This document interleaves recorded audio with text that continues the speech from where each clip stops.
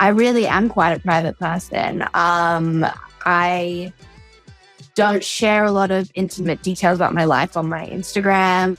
And so this is actually a really big moment for me because I'm being really honest and really open about things that I wouldn't even, haven't even told people that I see every day. So, but that's growth too. And I feel like it's a safe space.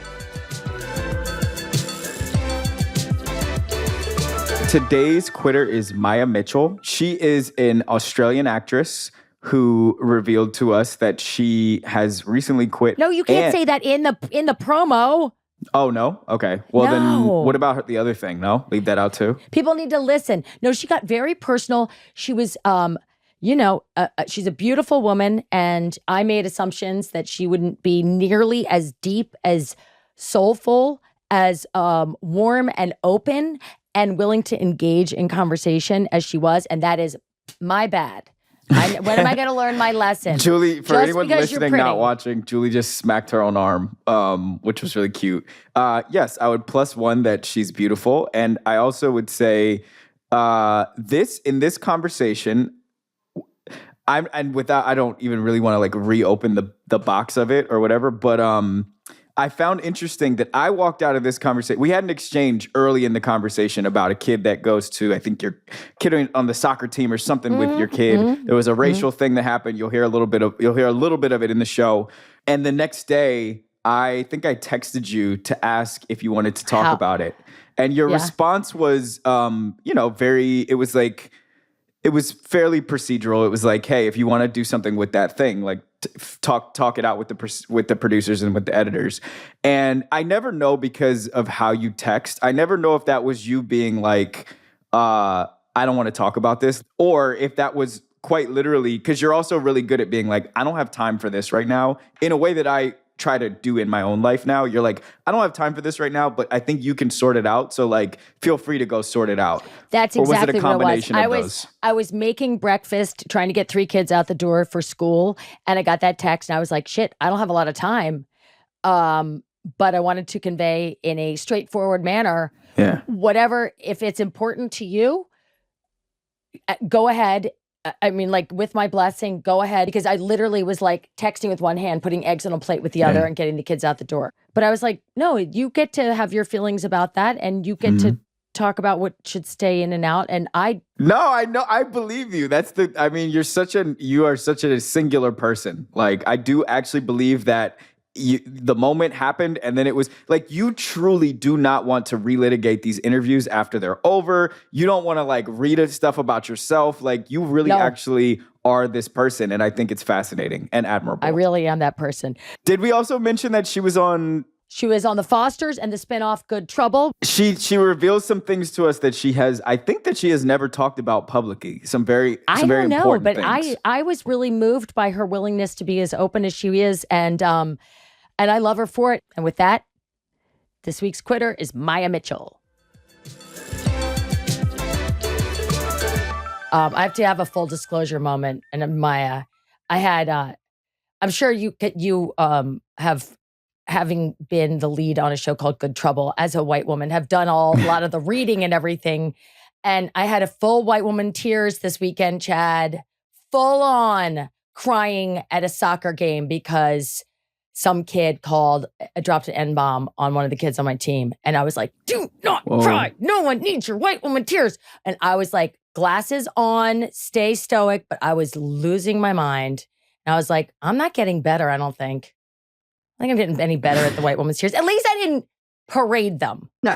I just thought you were a really pretty, funny girl that had spent years on television then walked away. What else? But walked away, which is where we're going to get to. And I was like, whoa, nobody does that. That is huge. And that is why I was so interested in you coming here. People like me, your basic Karens, did not know what Good Trouble meant until John Lewis passed. His documentary came out. I think for me as well, because I grew up in Australia, not that the education teaches anything about, Black history, but it was an education for me as well, just in a historical sense, because I didn't grow up here. So yeah, it's been a huge education, but also those storylines are really championed by Zuri Adele, who plays Malika. And she just does such a beautiful job. I mean, those storylines are so heavy, and especially, for her to have to film them and it gets really, really triggering, in moments. And she's just such a wonderful, beautiful actress. And I was so lucky to get her, Maia, how comfortable did you feel during that conversation until just this point, just now? Truthfully? Yes. Like a 6 out of 10. Yeah. Can you walk me through it a little bit, Maia? Your feelings of, I feel super uncomfortable. Yeah, I think it's discussing these things with another white person, knowing that there's a Black person present, and being the people to be talking on the subject, I think for me was part of the discomfort. Does that make sense? Yeah, that's a good answer. You looked uncomfortable. Why did you feel uncomfortable? That's triggering, man. We had a guest on one time who was a Black man. Lamorne. Yeah, I know the one. And I was asking him, I was like, what do you do when like that kind of stuff comes up and you're around white people, basically? And he was basically like, I just get out of the way. Like he was just, I just kind of like put my hands up and move and let them do their thing. And I was trying to experiment with some of that tactic because I just didn't know even what to say. Like, I don't know. I didn't even know what to say about the kid. What happened, Julie? So someone at your kid's school, it's hard to just like go in there and then like go on and have a conversation right thereafter. I mean, otherwise I'm like paralyzed. I don't even know how to go to the next bit. Let's do it. In my experience, if I bring up something and Chad doesn't react, I need to pivot off of it. So that's what I did. I thought there would be a conversation, but there wasn't. So I just pivoted away. That's what I did. No, you did. I think you did a thoughtful and good thing. I got some news earlier today that it like was felt connected to. And I was like, damn, I'm fucking paralyzed. And then I was like, wow, Maia's really good at having this conversation about good trouble. She must have done this. She's probably done this 1,000 times. She gotta have done it a lot, right? Yeah. Sure. Yeah. Of course. But I mean, they're good questions to ask. But what can I ask Chad, what happened this morning? Yeah. Yeah. I'm sorry, Maia. We're like, we try to like go in a certain direction, but then we just go anywhere. Let's go where we're going. This is more interesting than talking about me quitting shit. So no, that is interesting to me. We're still gonna do that. I mean, you have stones on you, and I need to find out all about them. So Julie read my book. That's how we got to know each other. There's a story in that book about a guy who he's a Black man who became like the president of a white fraternity at his college. And Julie, do you remember this guy? He punched this dude in his fraternity who called him the N-word and broke his jaw. I do. About an hour ago, that guy whose name I changed for the book, he texted me and told me that dude he punched just died. And he's from our the age. punch? From the punch. It's been a couple years. No.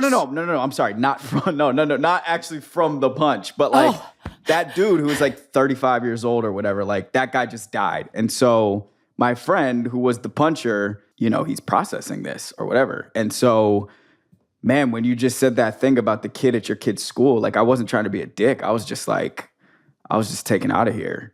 Yeah. Sorry. So I was just not able to just like, I couldn't stay off the train. Yeah. So is your friend conflicted right now? I don't know. I feel conflicted.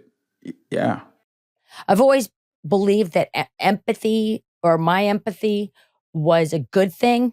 And in understanding that people don't need your empathy all the time as part of the dominant culture. Like they don't need they don't need a rescue. They don't need a hero. They don't need a white woman's tears. It's still very hard not to experience the empathy and just shove it. I just have to shove it down. And even hearing that story, I I have a very emotional reaction to the story of this guy punching somebody and then feeling conflicted. But I don't know what to do with my feelings right now. I don't know either. The last thing I'll say on it, because Maia, like, I'm so sorry that you're like, you have to be where you're at right now. No, I am where I'm at. I'm present. I'm happy. Yeah. No, truly. Listening. Yeah, I don't know what to do with it either, man. Because they tell you like not to let like white women paralyze you with their tears, but they don't really tell you then like what to do. You know, my mom says just like hand them a box of tissues, but yeah, in my other job, which Julie alluded to earlier, like I work with two women who are both not Black, and one of them's white, and they have cried both multiple times throughout the process of this thing, and I'm just like, it's paralyzing. I don't know what to do. Why is it paralyzing? Can you tell me what that feels like? It feels how I just was, which was like I just like went to outer space. I was like, I'm just completely detached now. I'm like, because I've been coached not to like coddle in that moment, but I don't actually know what to do. And so instead I like poor Maia. I like stopped Maia and was like, Maia, wait, can we talk about it? No. I'm so glad that you did, because this needed to be like unpacked or addressed on some, level. Yeah. I want It's everyone hard. to stay in the conversation and should be present. So I'm glad you did. I'm really glad you did. Thank you. It's hard too because like, and I'm not just doing this to do it, but like, it's hard because I care about Julie and I can kind of read her faces a little bit now. And I'm like, like, it's like, I didn't want to do anything mean. And I hope that I haven't. No, I was serving myself up a little, and like, cause that it's a journey for me. And I was just saying like, this weekend was fucking rough. And then in my personal ability to not react, which also feels wrong when you see something that isn't right. Yeah. But I looked to the kid and I talked to the kid's parents who are white, and they said he does not want to make it a thing with the refs or whatever else it is. He does not want to do that because he's had a lifetime of being singled out and attention drawn to him in ways that he does not wish it to be drawn to him. And he does not want more attention right now. Mm-hmm. And I was like, okay, I will take that lead. But honestly, my interior being was like, no, like, all fired up and white woman's tearsy. That was, and I felt like, wow, I wish I was growing on this trajectory a little faster. That's all. Yeah. But like, to me, I mean, like, yes, that totally derailed us. That all felt a little bit tense. Maia's hot. She's like, airing off herself. So alive. But I'm sweating. Yeah, me too. And I have a flannel on. But like, come on, man, that's serious stuff. Like, it should probably have that level of, we should probably pull the car over just for a second for that. It is. I felt it. I needed that moment too. It is serious, but it's also like, I mean, Maia's got a dog in this fight as somebody who ended up with the John Lewis, I don't know, t-shirt, backpack, hat, whatever it is, good trouble. And you're like, you're out there at like the TCAs and the, like, woo, hashtag good trouble. And you're promoting a show that is connected to an idea that is a good thing, but at the same time, it must have been highlighted. I would imagine that it would have felt like a lot come that summer. Yeah, there was the white fragility has been real, and you work through it, and that's what it is, and I think for me, I usually refer back to people like Patrice or Zuri, or our Black actors on the show, who really are leading those storylines. That's kind of where I go with it. Julie, man, that's really evocative. I'm like, God, I have to like process the whole scene of that thing. Like, I'm thinking about that kid who, in that moment, like his reaction was like, don't look at me. His reaction was like, I mean, he probably didn't show any emotion. He probably was like, can this thing just be over? Yeah, I've always thought that leading with your heart is a good thing. And sometimes it's simply not. And that's a lot of unraveling that I have to do in my head. I can do it intellectually, but when it comes to a moment, I'm like, I disintegrate. That's who you are a little bit, though. You're kind of like you live on your fingertips, and I know. I fuck with that about you, to be honest. You what? I like that about you, Julie. Oh, thank you. I'm old, Maia. Things have to be translated for me regularly. Can I ask Maia a completely unrelated question? Yeah. That's great. Just to get us away from it. So, as Julie said, you are very talented and just look like a star, I think is a way to say this. Uh-huh. Thank you. And I will take that. I will take that today. Yeah.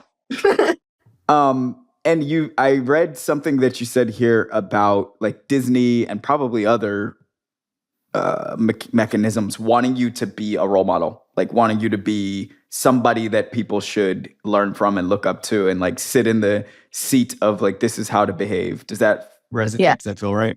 It does. How did that feel? How did that come to you? I had a really jarring time. I moved from a small town that was very liberal, very kind of hippie, kind of you could be whoever you wanted to be. And then I came to LA at 18 and I remember like kind of thrashing around for a really long time, trying to figure out how I could rectify. And this is kind of a theme throughout my kind of entire experience in LA, really, about how to rectify like what my spirit was that was born from this place that I'd been raised. To then how can I be that person? How can I access my values? How can I be authentic in this space that feels like I have to be a certain way, I have to behave a certain way, I have to portray a certain set of values that might not necessarily be my own. There is a certain, I think, level of responsibility that you have when you are taking on a job like that with younger people watching you. But I think it's less, I chose what made me overcome it. I chose to follow my authenticity of like my values and sticking true to those as best I could, because people are people and we all make mistakes and that's okay. For me, I internalized it by like, how can I make sure I'm showing up authentically? And that took me years. I'm like, that's what I think is important as being a role model or in this industry. So not showing up to model a set of values that they placed on you, but to show up and model a set of values that are authentically yours. Mm-hmm. Yeah. I think to me, that's what that's how I can rectify needing to be a role model. I mean, how old were you when you first started this kind of, and I mean, in America, I was 18. I started acting as a kid when I was like 11 in Australia, but it's a whole different ball game there. Right. You're sat down, given like media training and, here in the States. Yeah. And you know what is expected of you. And I was quite happy to take that on too. Like I was making money, like I don't come from a lot of money, and I was in America and like my career was taking off. And so it wasn't this huge sacrifice. But as the years went on, I learned how to kind of make it my own and make it make sense to me in a way that felt authentic, where it hadn't when I first came. Were there any moments or examples of like an adult executive or somebody coming to you and saying like, no, like you don't do that. Or if you do it, you don't do it in public. You don't do it on a camera. Yeah. Oh gosh, this is like 10 years ago, but I'm sure there was. And then like my Instagram like used to be pretty whack. I would just post like kind of unhinged, like truth thing, you know, whatever I was thinking. And there's been moments where in the past, at least, I'm now way more careful. But yeah, definitely at the start of things like my social media, I was kind of slapped on the wrist a few times for some captions. Literally, higher up said, you can't post that. Yeah. Was it language or content or both? Probably both. It was probably like alcohol because I was like 20. But in Australia, you can drink it right 18. You know? So, right. Yeah. Yeah. That sucked. Being just legal to drink and then moving. What were the values that you did stand for? Like, what are my personal values? Yeah, like what were the things that were making sense to you? Because you've described, or at least on Google searching, is like hippie town, atheist parents. This was like two catchphrases that came up. Yeah, I don't know what my that values means. are atheism. I think honest. I don't think enough people are honest in this town. That's something that I really missed when I moved here, was people being forthright. I try to be forthright as much as possible.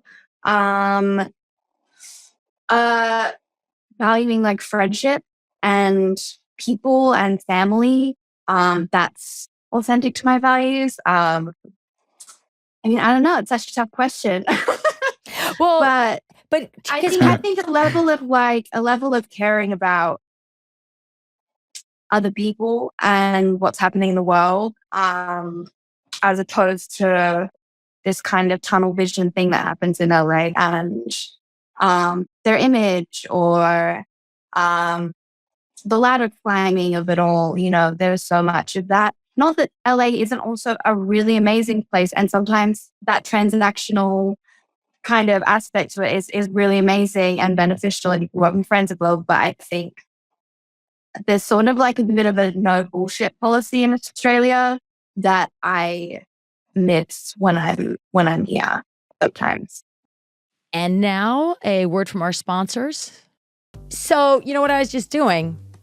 I was just moving my son Oliver's bed down to, I've got a pool house that I'm turning into, I know, these are luxury problems. I'm turning into a guest house, and I had to move it, and then I had to move the bed again, and I had to change everything because he doesn't like the mattress I got him for his room. He wants a sattva. He goes, I would like what's on your bed, Mom. And I was like, well, what about this thing that came squished up in a box? And he said, no, thank you. So I went down to the guest house.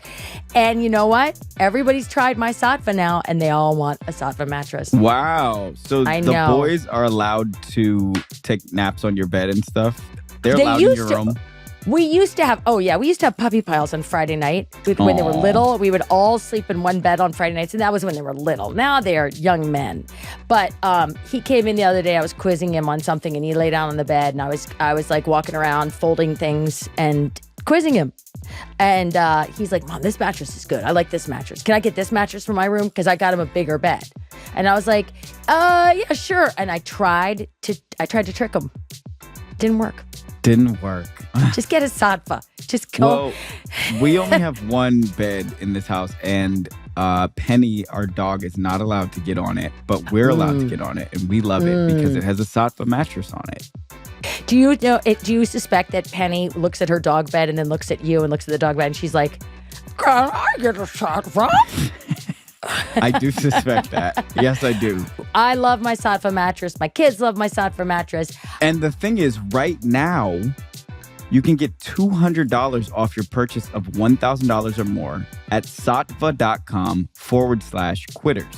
That's SAATVA.com/quitters. In your career, and I guess in your life now, does that no bullshit tone that you have, has that ever rubbed people the wrong way? It has. It has. I mean, there's a strategic delivery of the no bullshit.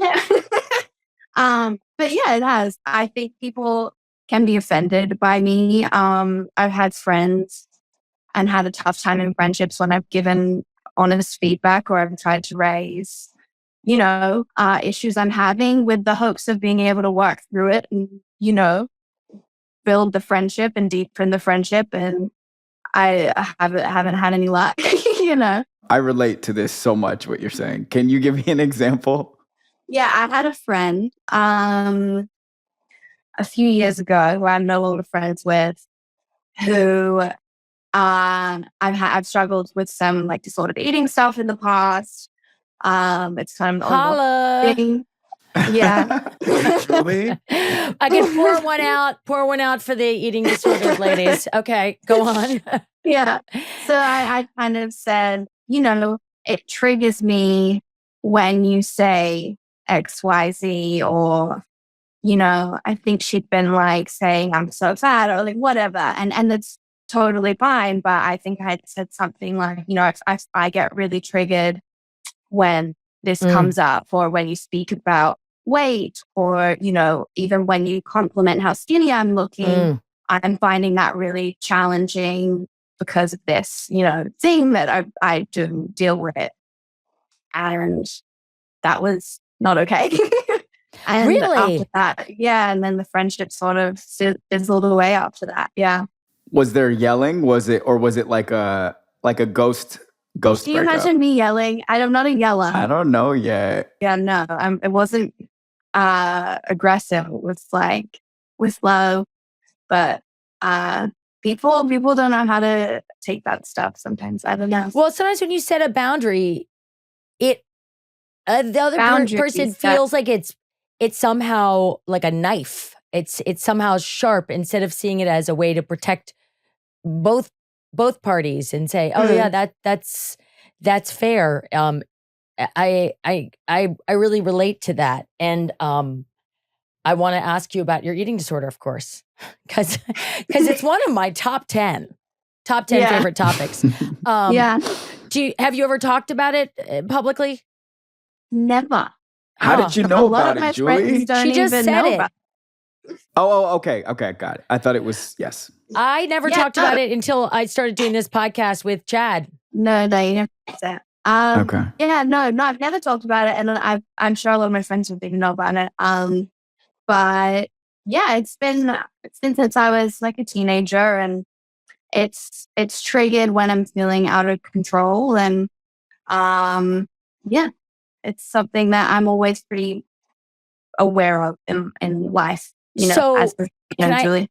Can I ask, if just circling back to that thing about your friend and the limits, and are you open about that internal struggle with your friends in general, or does it only come up when you get triggered? Like, is that the only time you would tell them? My close friends, know about it, and like my family, they know, but like acquaintances, wouldn't know. Only people that are safe, in the safe circle. And now the world. Well, yeah. By the way, for what it's worth, I mean, you can call producer Rachel tomorrow, or producer Kate, and say, I'm not ready for people to hear that. But yeah, no, I think it's okay to talk about, it's an illness, it's mental health. And, I'm really lucky. I've had the most supportive people around, and I can see my therapist whenever I need to. And, I'm good right now, which feels really good. I think exercise has been the biggest thing that's helped me.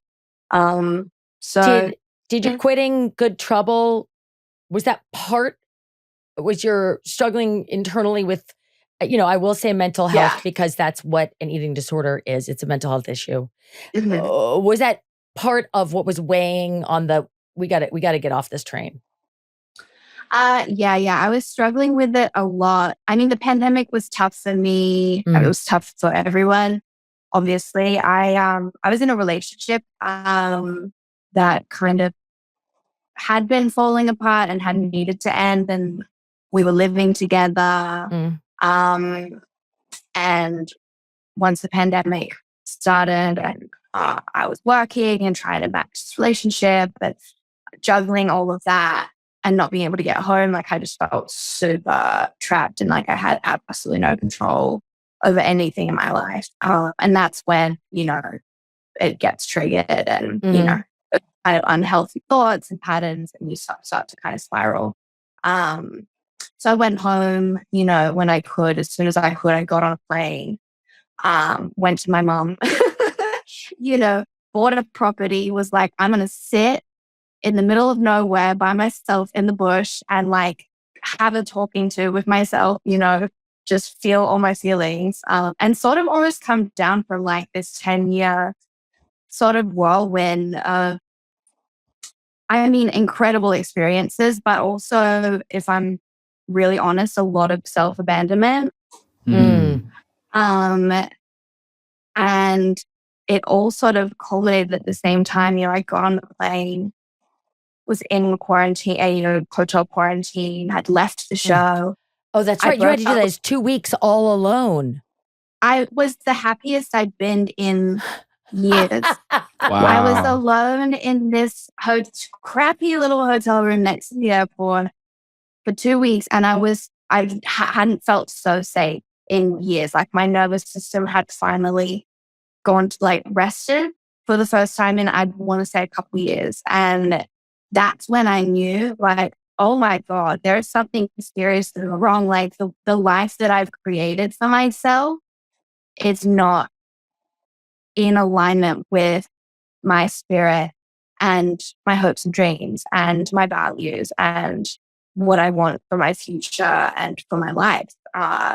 And it's like affecting my health, And so, I left the relationship. I left the job. I left America, sat on a farm for months, started to heal. And then my hometown was decimated by this horrible flood. Oh, no. Shit. Which was so much worse than anything else prior. Was this after the fires? Did the flood come after all the fires?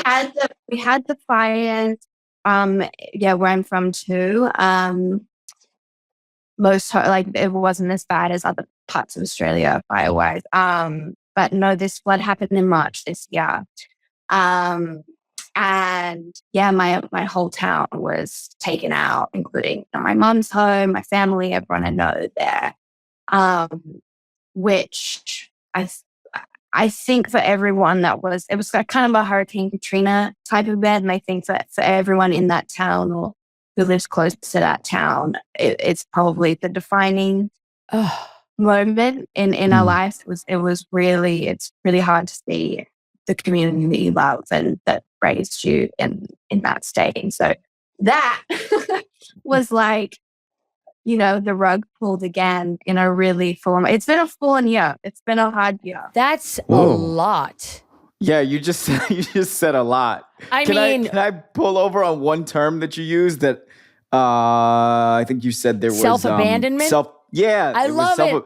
I was gonna say, is that a thing? Do people I've never say heard that? It. I was gonna ask you. I haven't either. I love this term. I haven't either. What is self-abandonment? Like you just said so much. What does self-abandonment look like for you specifically, for you personally? For me personally, it means ignoring my nervous system when it's telling me I'm around people or in spaces that aren't in alignment with kind of my spirit, my safety, that I'm in places that I'm not being seen properly, where I'm not being valued, where I'm not free to be my full self. Is that a slow creeping process, or is it wholesale? Like, when I moved to the US? It was when I moved to the US, and I think I didn't realize until I left. And started unpacking like where I'd gotten to. It wasn't until I left and I was living in my place in Australia, and I realized that in my search for belonging and for community, I had abandoned the authentic version of myself, just to try and keep those attachments, I suppose, and connections to spaces, people, community that aren't necessarily conducive to me being my full self. And I think I did that because I didn't realize at the time, because when you're 18 and you're in America and you're on television and it's all so exciting and you're so lucky and you kind of don't process because you're a kid. And I was too young to move here. Like 10 out of 10 don't recommend like moving to another country. 10 out of 10. Especially this one. Yeah. No, especially Los Angeles to be on television like crazy. But yeah, I think there was a lot of trauma that happened when I moved here and I felt really deeply lonely and homesick for many years. And ended up in the wrong friendships and the wrong relationships and kind of put up with a lot of riff-raff, bullshit, whatever, because I needed to feel some sort of community or belonging. Which is so normal. I mean, you were a teenager. Totally. You were how much regular, like in school were you involved in if you became a child star at 11? And then, a lot, actually. Okay. But you stopped after high school. Yeah. So I was able to go to school still. And so I have the most incredible group of friends in Australia that I grew up with. And a lot of people there and this kind of sisterhood there that I just kind of, I think I took for granted growing up there. And then searching for that, I think specifically that sisterhood was really tough. And I hadn't really found it until pretty recently, honestly. It's tough, you know. When you moved back? No, in the past like few years, I have, I have friends, guys. I believe you. Okay. We believe you.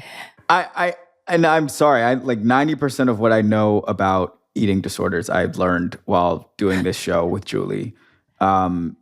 So, and forgive me if I'm messing up the chronology, but when did you start to recognize that you were having that experience? Actively recognizing it, like fully acknowledging it, recognizing it a year ago.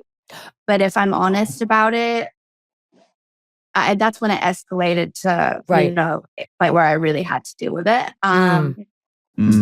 But I mean, on and off, like probably about 10 years, 2014 maybe. Was that like hidden? Yeah. Was there a moment where, like, did someone do what you did with your friend? Was there someone in your life who said, like, I see that something's happening with you? Or was that something you just faced on your own? No, I just faced it on my own. Mm-hmm. And it didn't, I would always kind of keep myself in check. And it never got so bad to where I, you know, really needed to deal with it. I mean, obviously any layer of it is you need to deal with it, but I always managed to kind of keep it together and pull myself out of it. It wasn't until I think just the exhaustion of the pandemic and the breakup I'd gone through, which was really horrible, and leaving the show and kind of all of the fear around that, which was huge. You kind of just don't have the energy, you know? It's exhausting to have an eating disorder. It is. Really tiring. It takes up a lot of mental energy. It is a constant, like, you know, we all have an itty bitty shitty committee in our heads, but this is like, I mean, this is just like a loud marching band of shit. At least for me, that it's just like, and like you could be having full conversations. You could be out in the world. You could be driving a car. I could be dealing with my kids, and there's it's just constant noise. And it's telling you what? It's telling you what, Maia? It's not a vanity thing for me. It's a control thing. It's needing to be able to control something that's tangible. And so for me, I have really strict, you know, parameters around when I do eat, how much I eat. Like but I have to maintain that routine. Like it's a constant routine and it's a constant structure you have to have. For you, that works. That structure works. Yeah, for me, I need structure for everything. Structure works for me. There was something else that you said, which was that like the life you had created for yourself wasn't serving you anymore, basically. And I thought that was interesting language because it does sort of assume some level of control, like the life you created for yourself. But you began acting like when you were 11, right? And you came over here as a child. Like, some people would say like that was the life that was created for me. Like some people would say that's just the life I got. But you feel like you created that life. That's such an interesting question. I think that I did. I mean, I created that life in my following my passion, and I would do it again.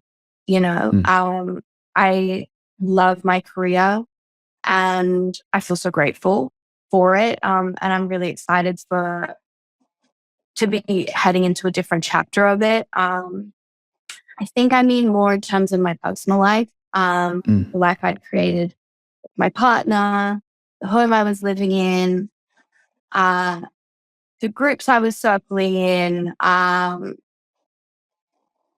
just weren't aligned with what I wanted from my life. I wanted to be in Australia more. You know, I'd moved to America kind of per chance, and it was something that, you know, wasn't planned and I never intended to do. And it sort of spiraled and I kept taking opportunities when they would come, of course. But I just sort of realized that I'd blinked and like in my state of reaction, I ended up in like this relationship that I would have never been in if I was home and if I'd had my community. And it was a relationship that wasn't serving him either. You know, neither of us were by the end of it needed it or wanted it. And, you know, I think, it was just kind of like it all just became really clear when I was in that hotel room alone, so happy. I was like, why am I happier here than in my like bougie house? You know, the thing and the this and the that and the events and the like. I love this little like Best Western, you know. Yeah, you know you need a life change when you're really in love with your 2-week Best Western lockdown. There was no window. I had no fresh air. I'm gonna try to tie some stuff together here, and it might be a flyer, but go with me and then tell me if I'm really wrong. All right. Okay. First of all, have you read Jeanette McCurdy's book? I'm glad my mom died. Oh no, but I've heard. Highly recommend. We had her as a guest, and boy, she talks about overcoming an eating disorder, and she has this part of it that really I can't shake. That she had this doctor who gave her a list of 600 values, like I like dogs. I, you know, like things that were honesty, meaningful on it, right? Care, and she narrowed this down to 5-ish core values. And that is the basis on which she began sort of, or she began to build a self and something that she was accountable to with these 5 core values.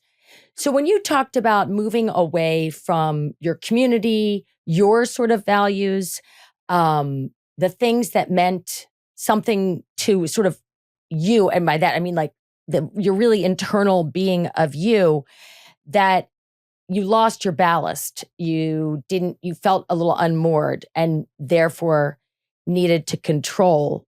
And you felt out of control. And one of the things that helped you feel in control was an eating disorder. I'm going to go a step further. This is where I may be really wrong. So stick with me and then tell me if I just fucked this royally. I said early on that you identified as an atheist. And I think it's really interesting because atheists don't have a book. They don't trust in a justice that's going to come from beyond at some point, that right and wrong will be served up by a higher power or whatever. So they in order to function ethically as an atheist, you have to have your own set of values, what you're responsible to, kind of like what Jeanette came to in her life.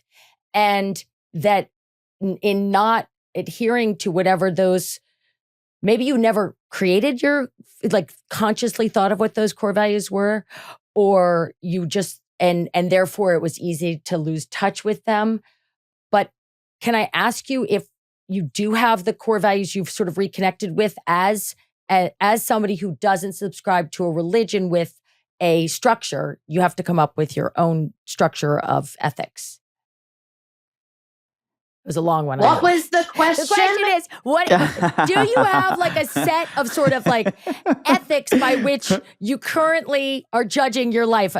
Like, what is your right and wrong? You said that, love your friends, love people, but are there like, I'm obsessed with Jeanette McCurdy's 5 core values. And by the way, full disclosure, I don't fucking have them. I'm like, take care of your kids. I don't know if I actively have anything tangible that I can and say on my values. I just know that I wasn't myself for years, not fully. So was I right? I mean, the important thing is I was right. No, I don't really know what Nobody does. Nobody does. And I love that all the while Julie's holding and swinging a very perfect number 2 pencil in her hand. I like a nice sharp pencil. I haven't seen it. Yes. Good for you. I that feels very Julie to me.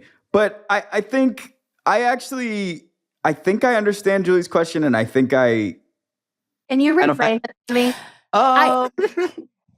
I don't think it was as much. I guess I was saying it. Do you resonate with the idea that as a self-identified atheist and I'm using words that only I've heard you use, atheist and hippie. So I'm hearing, I think it means that you have to come up with your own set of I think ethics. that I've taken on my parents, I think that.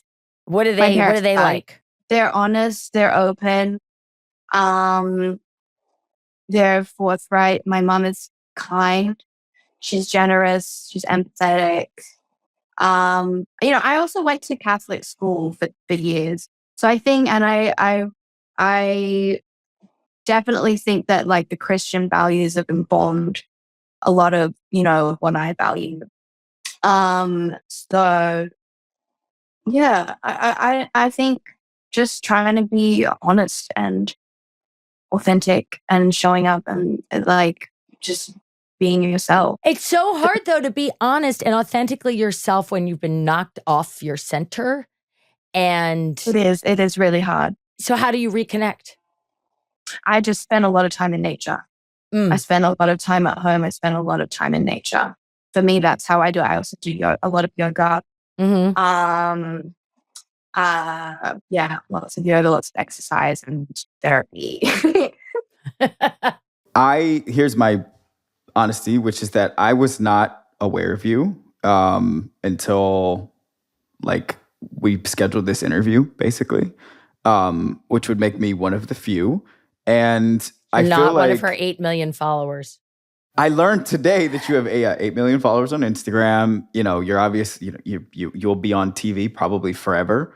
Do you can you feel all the people who are aware of you? Like, can you feel that you're like, even if it's in the smallest little itty bitty bit, like you're in like probably 15 million or more people's brains somewhere? Whoa. I gotta be honest, I don't love that. But can you feel it? You can feel it. I can feel it right in this moment because you've reminded me, but I don't carry that with me. When I am reminded of it,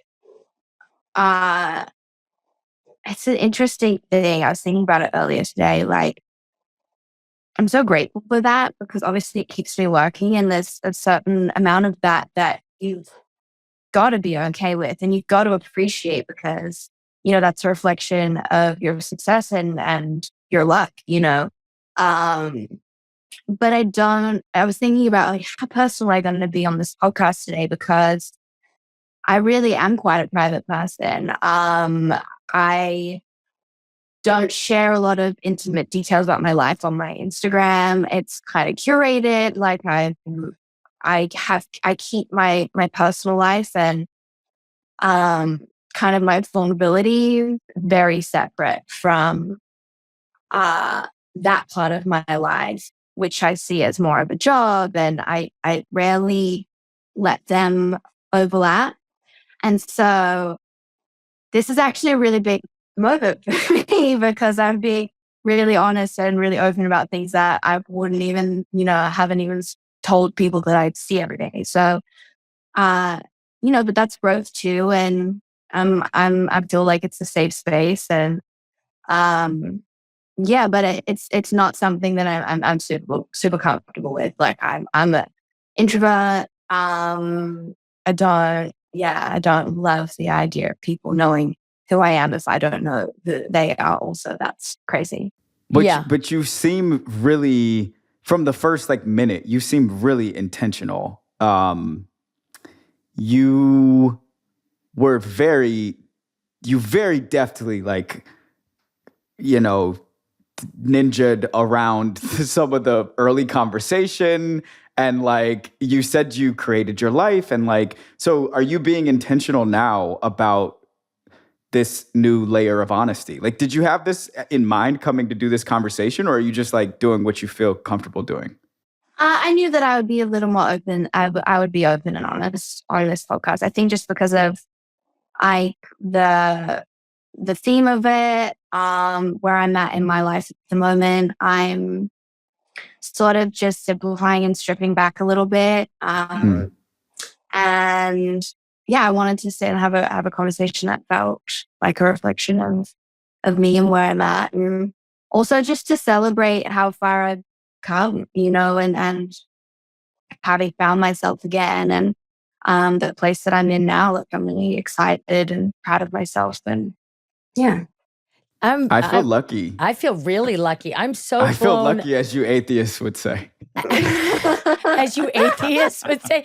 Wait, what would a non-atheist say? As opposed to I feel so blessed. Oh, blessed was lucky. It's a joke. It's a joke. Sorry, I know I'm slow. Bad one. I had to explain it. Can I back up for a second, Maia? I want to know, because being an actress, and there were times, I was going through a divorce, and it was, it was really painful.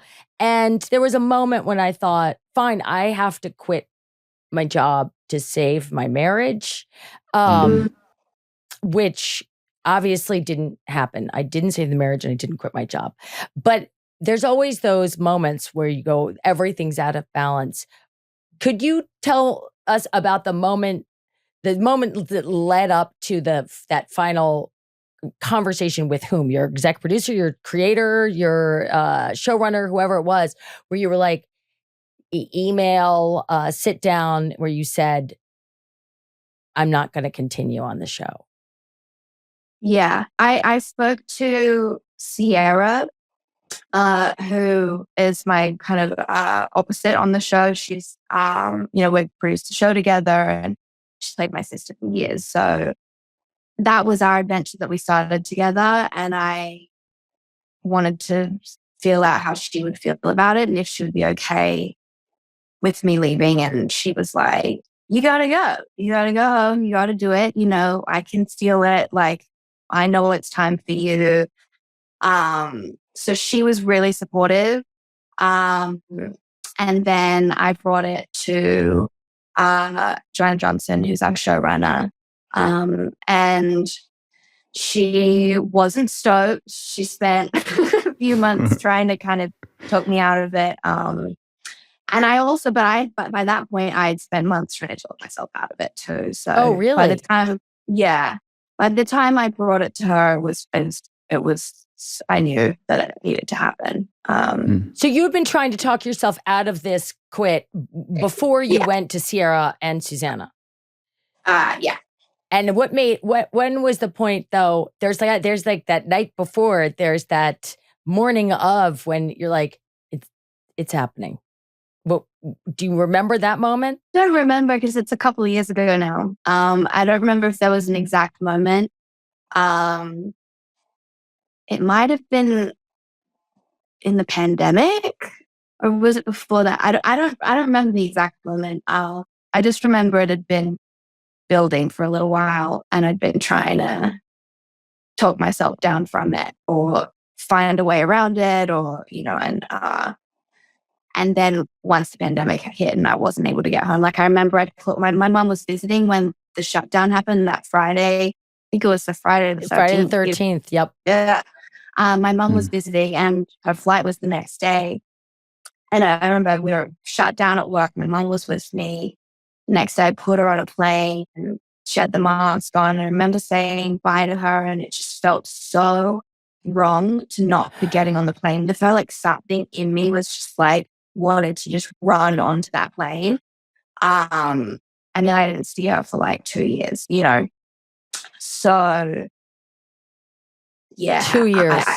2 years. Yeah, almost 2 years, yeah. Because then we were shut down and I was trying to get home and the network, was like, I started 2 weeks and 6 weeks, we didn't know. And then it was a matter of my visa, because I want to be here, I'm not a citizen. Traveling back and forth was complicated. And then the border shut down, all of these things. And then we started shooting. And then it was another whole season that we needed to film because we were only a week into shooting our season 3 when it happened. So it was, oh boy. I mean, listen, like rah pull me like actress, No, but it's a big deal to step away from you're number 1, number 2 on the call sheet. You and Sierra were like co-stars. You were number 1 and you were co-producers. So that's a huge, it's not just you. You could have the show could have stopped right there. You could have ended it. No, they were always, I think because we'd created such an amazing ensemble and the rest of our cast is so solid. And by the time I left, like, it was very clear that they would still be more than fine without me. I left them in a really good place and the rest of the season was great after I left. So you didn't feel like that wasn't on you. Okay, good. That's good. Not at all. Yeah. Nah. When you felt like you were doing the wrong thing when your mom left, why did you deny the feeling, I guess? Like, why then didn't you just do the thing? Get on the plane? Contractually. Yeah. So, money, right? Yeah, and also and you burn bridges if you walked out on a contract. But this is for the normies. Like, this is a question. I'm really asking this question. Like, I didn't think it was not to do it. It's not. If you had done that could have burned you forever. Yeah. Just to press that a little bit further, because we've seen people do shit like that, and like the really successful, famous ones we celebrate, like Dave Chappelle, and the others, some of their lives probably get screwed up forever. Like, I think I don't even know if this is a question. Almost just like framing it as you just don't do that. Like, you just can't do that. I mean, that in and of itself to me is some level of programming. And you are feel like a very unprogrammed person. Like, you feel very, I don't know, self-actualized. But she's an actress and she shows up to work for what her call time says. Yeah. When it comes to work, I think you are programmed, and because I've been doing it since I was a child, you are programmed to show up. Like, if I'm 1 minute late, I'm highly anxious. I'm also a people pleaser, which I'm working on. But you know that, like, you are the most blessed person. You have such a, in the scheme of things, such a blessed job. So what you need to do is you just need to show up and do what you're told, and you get to reap the benefits of all of that. I think it's noteworthy where really powerful people acknowledge power, like where they toe the line with a larger power. I think that's fascinating. And both of you were like, well, of course, like you don't breach contract with the studio. You can walk out. You can't walk out on a contract. People do that. But they do. Who? Dave Chappelle didn't have a contract. Who? Athletes do it. Athletes hold out on their contracts. Yeah. Do they? A lot of times they do, but then that's when people are fighting over them. You wouldn't hold out on your contract. You're fucking Julie Bowen. You know what I mean? Like, but this is what I'm saying. That you would be, okay, I'm trying to think of a non-problematic NFL player. Like, I wouldn't know them. Go NBA. Whatever. What you're saying, Julie, is like a really wanted NFL player will hold out on his contract because he knows he has there's a market for him elsewhere, right? Right. Like, you're fucking Julie Bowen. You know, like, I mean, okay, if in year 6 but you can't of Modern slot Family, me into if we take the athlete thing, you can't take Maia because it's easier to talk about somebody else. You can't just take Maia and say, oh my God, she's wonderfully talented and fantastic on this one show. And there are 22 other shows that would like to have her. Because it doesn't work like that in the way it does with sports, where you're like, we have a place for you, running back.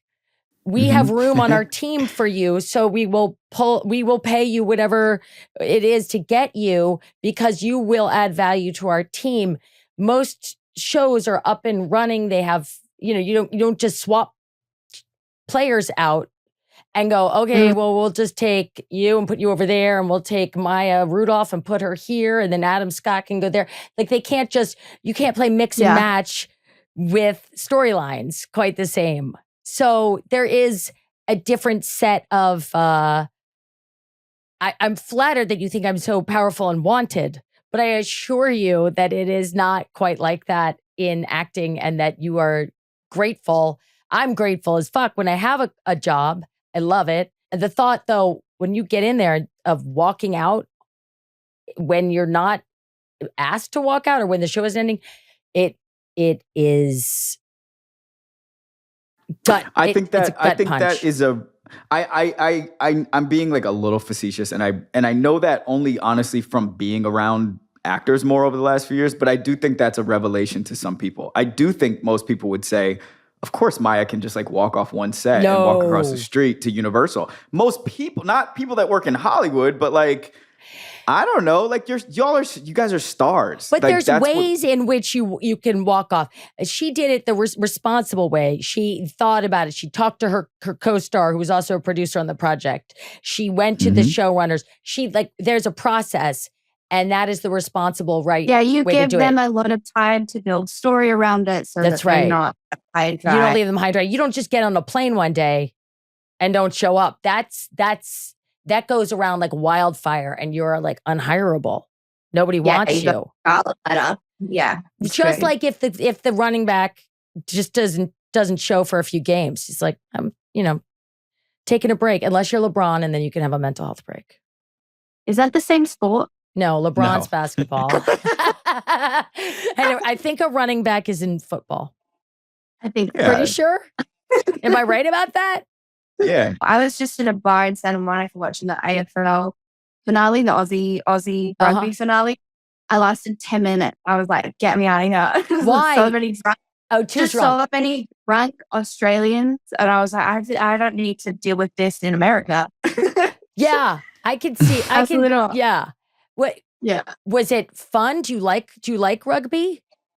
I like rugby a little bit. I think it's a superior sport to American football. I don't have a dog in that fight. Go, take her. Go for it. I don't know rugby like that. I just I've seen it a little bit, but they no helmets, no pads. I really like American football. Did you play football growing up? No, I play basketball. Oh, okay. Yeah. A little. Everybody plays football like outside, but no. So now that you're back basically in the US, is that correct to say? I mean, I know you have a place now in Australia and you can go back and forth. And also, I just wanted to circle back. Is your family okay? The house is washed away. Is everybody well? Yeah. It's been hard. I'm really glad I bought the place that I did when I did. We're building a little house for my mom on my property, and she's at my place now. So that's good. A little guest house situation. I'm not sure what's going to happen with the town. It's sort of still in the limbo phase of kind of hydrologists and surveyors and assessors and whatnot, figuring out what to do. But yeah, it's hard when it's a really interesting thing when the thing that you conceptualize or you look to as being like the constant in your life, like this place that for me, it was always like, well, I've got Lismore, this town, I've got this community that represents everything that makes me feel like me, and everything that's safe in the world is in this place with these people and everything you knew growing up. And if you're lucky enough to have that, which I'm so lucky to have that in that town, and then to go and then be using that community, using that kind of as like a healing source almost, to see that, to have that kind of pulled from under you is a really, I was just talking to Mom about it yesterday. It's a really strange feeling of like, far out, like the only thing you can really rely on in this world, the only constant, the only thing that you really have is like just being at home in yourself. Because anything can happen at any point. It's really kind of horrible lesson to have to learn, but in this really like kind of twisted way has made me a lot happier as a person, because I can now be out here in LA and feel really at home. I feel really comfortable wherever I'm at, because I'm not relying on any place or any external thing or any community or any, it's like you do the work and you dig deep and you find home within yourself. But it is a really weird feeling when everything that you thought was like the one constant is like when Mother Nature just tears through it. You just realize how powerless we are. And, your whole concept of what's possible in the world is just warped, and like, anything's possible, How really did that impact your eating disorder? I mean, you were wildly out of control. People are losing their homes. The Mother Nature herself is showing you that you have no control. I mean, I would full stop eating. Just no. I'd be like, I can't eat this year. It's all I can do. Yeah, it wasn't great. So yeah, you felt it. You got triggered by that. Yeah, big time. And then I pulled myself out of it, and I started exercising a lot, which is for me has been really helpful. I've never exercised in my life, which is horrible to admit, but never. And then I kind of started training and doing like Pilates and yoga, and I'm exercising every day, which for me, in terms of just the control thing, it's still obsessive and it's still way too much, but at least it feels like it's being channeled in the right way. Mm-hmm. It makes sense. How's your health? It's good. Okay. It's good. You've had because I got to say, I have some long-term, really shitty side effects from having an eating disorder young and for a long time. Yeah. And really blows. I want to like call my old self up and be like, you're fucking us all. You're fucking me 30 years down the line. I'm fucked because of these choices you're making. I ran too much when I was growing, and I have bones like Swiss cheese. There's stuff like that just sucks. And I hate that fallout, but I also know that younger self was doing the best she could. It was doing the best she could, and be kind to her because she's wonderful. And she was she was just trying to save her life. She was just trying to stay alive, like her head was exploding. And this is how she did it. I know. I just want you to be like healthy for your old self. Yeah. Like Maia. That's all. Like, I am. What did you make up the term self-abandonment? No. Like, where did you get that? I mean, I feel like it's a term. It's really not a thing. It is now. Why'd you Google it? I love it so much. I don't know, but I have a follow-up to it, which is like, when you feel self-abandonment creeping in, what do you do? Like, what? Well, I'm hyper aware of it now. I can do work on the nervous system, polyvagal theory. It's just, the different nerves and the way they interact, and learning about, because basically, all right, okay, here's some theory. So basically, a nervous system is like the alarm system, right? So you've got these 3 different nerve systems, and they speak to one another, and they speak to you, and if you're like feeling anxious, it's one nervous system that's tapping in to say, you're not safe, and then it'll tap down if you spend enough time in that anxiety space, you go down into depression, and it's really hard to believe that. So it's like about recognizing which nervous system is at play and then befriending it rather than shutting it down, which is what I was doing in survival mode for so long. It's about like listening to it, feeling it, befriending it. And then there's all sorts of kind of techniques you can use, like breathing techniques, whatnot, to kind of self-regulate your nervous system. You can kind of learn to do. So I'm like very hyper conscious of how I'm feeling and what my nervous system is doing, maybe a bit too conscious. But I can generally I just refuse these days now to be in any space where I feel triggered or unsafe. And that's meant letting go of a lot of friendships. It's meant like flirting with sobriety, which I've been doing, trying to like see what that feels like to not be drinking, not partying, like not going to bars, not going in spaces or being in places that have previously felt triggering or heightened or whatnot. Just like simplifying and learning detachment and being okay with like missing out on certain things because you're supposed to be in that space anyway. Yeah. Yeah, I that makes relate. Perfect sense. No, I relate. I strongly relate. I stopped drinking for about 3 years, not too long, like a couple years ago. You've given me a language because I realized I realized I was using it as like an intentional form of self-abandonment, basically, like just to do something else that I didn't want to do most of the time. Do you think it was like escapism for you? Yeah, I think it was to kind of like quiet the voices in my head a little bit. Yeah. But I don't think you're alone in that. I think that's the beauty of alcohol and some drugs. Have you, in your hippie atheism, experimented at all with plant medicine to heal yourself? Nah, I hate it. Bam. Okay. I hate it. I hate it. I hate weed so much. I'm so boring. I fall asleep. It doesn't work on me. I won't do it. How about mushrooms? No. I have experimented a little bit with just microdosing. It's just not for me.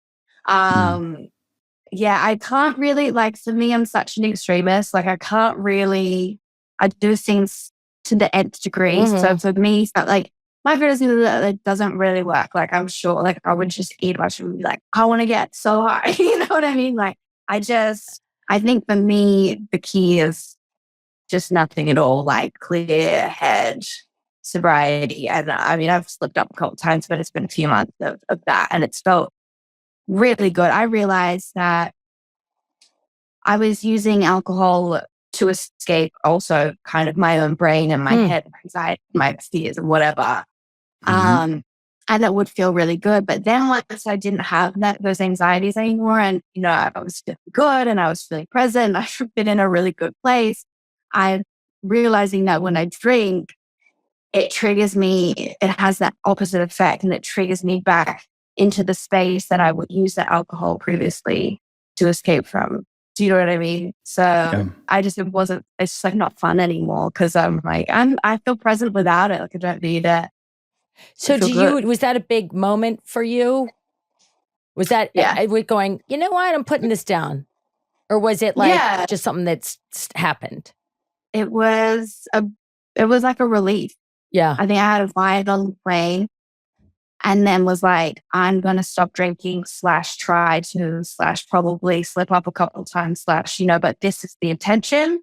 My last wine, great. And then that was it. Do you feel wedded to that? I mean, do you feel like that's a forever choice or is that your choice for now? Choice for now. Okay. It makes sense for now. Yeah. I'm sure at some point I'll feel like drinking again. I just don't really enjoy it. It's just not fun. I have a therapist that I talk about far too much, but one of the things that she always gets on me about is black and white thinking about like it's all or nothing. And I didn't drink for a long time. And she was like, why do you have a problem with alcohol? And I was like, no, that's what I do. Like there was this line in the sand. I had all these lines, like there was black and white. And she broke it down for me about that's the way basically babies, toddlers, and little kids think. It's, I'm either being comforted and taken care of or I'm screaming mad. It's black and white. And that really the process of being a mature adult is accepting that we spend 70, 80, 90% of the time in the gray, in the middle, in that discomfort. And it's, and that is, to feel, and I was really admiring you saying, I'm just kind of sitting and being present with my feelings. I'm like, yeah, she's in the gray. That's the hard part, is just kind of going, oh, here I am. And I don't love every minute of it. But I also, that's why I was wondering if you were like, and that's it forever, or whether you were going to be a little bit more gray about it.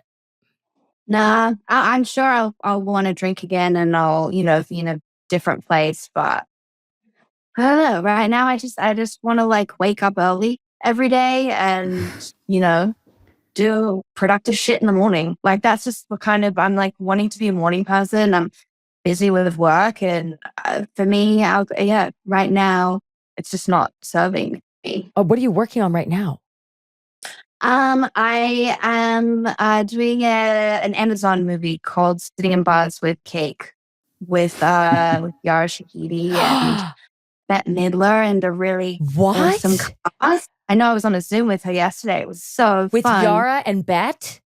And Bette Midler on Zoom. That's a really fun title. Sitting in bars eating cake? Sitting in bars with cake. I mean, it feels like it could sum up 50% of this discussion today.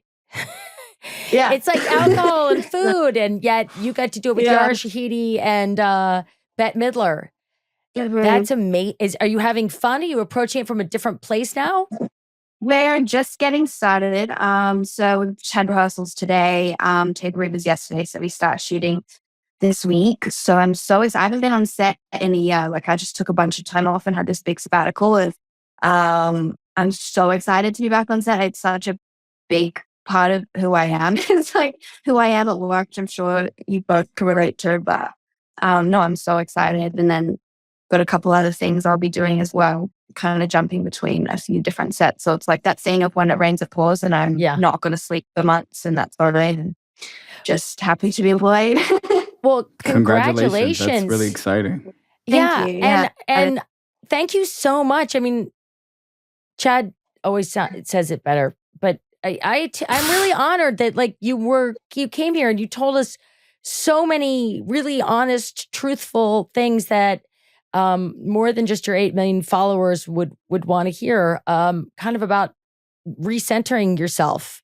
And we got to learn a new term too. Where did your 6 out of 10 comfort level, where did we land? Did we get to an 8?